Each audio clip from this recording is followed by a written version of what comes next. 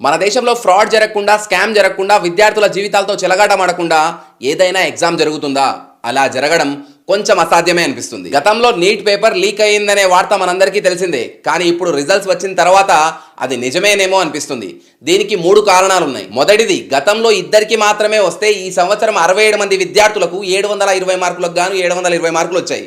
ఇదే షాకింగ్. అంటే ఆ 67 మంది విద్యార్థుల్లో 6 ఒకే సెంటర్ నుంచి ఎగ్జామ్ రాశారు. రెండవది, ఎలక్షన్ రిజల్ట్ రోజునే నీట్ రిజల్ట్స్ రావడం. ఈ ఎలక్షన్ రిజల్ట్ హడావిడిలో ఈ రిజల్ట్స్ని ఎవరు పట్టించుకోరనుకున్నారేమో.